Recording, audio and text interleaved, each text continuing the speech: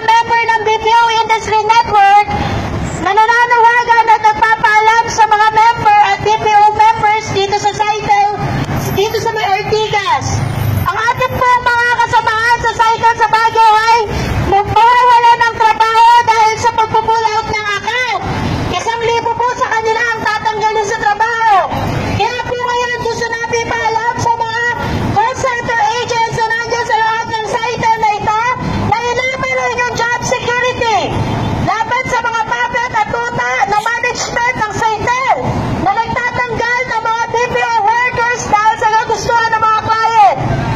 At dahil po dito gusto natin iparating sa management ng Cycle na kayo ay walang karapatan magtanggal ng mga regular na empleyado dahil lang sa kagustuhan ng mga kliyente ninyo. Dahil tayo ay may batas na dapat sundin sa disenteng trabaho.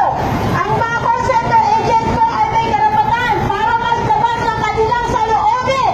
Kaya gusto namin ipalabas sa ika na kami ay suportahan sa pakikipaglaban sa mga empleyado sa Cycle na mawawala ng trabaho at dahil baka ito rin ay mangyari sa inyo.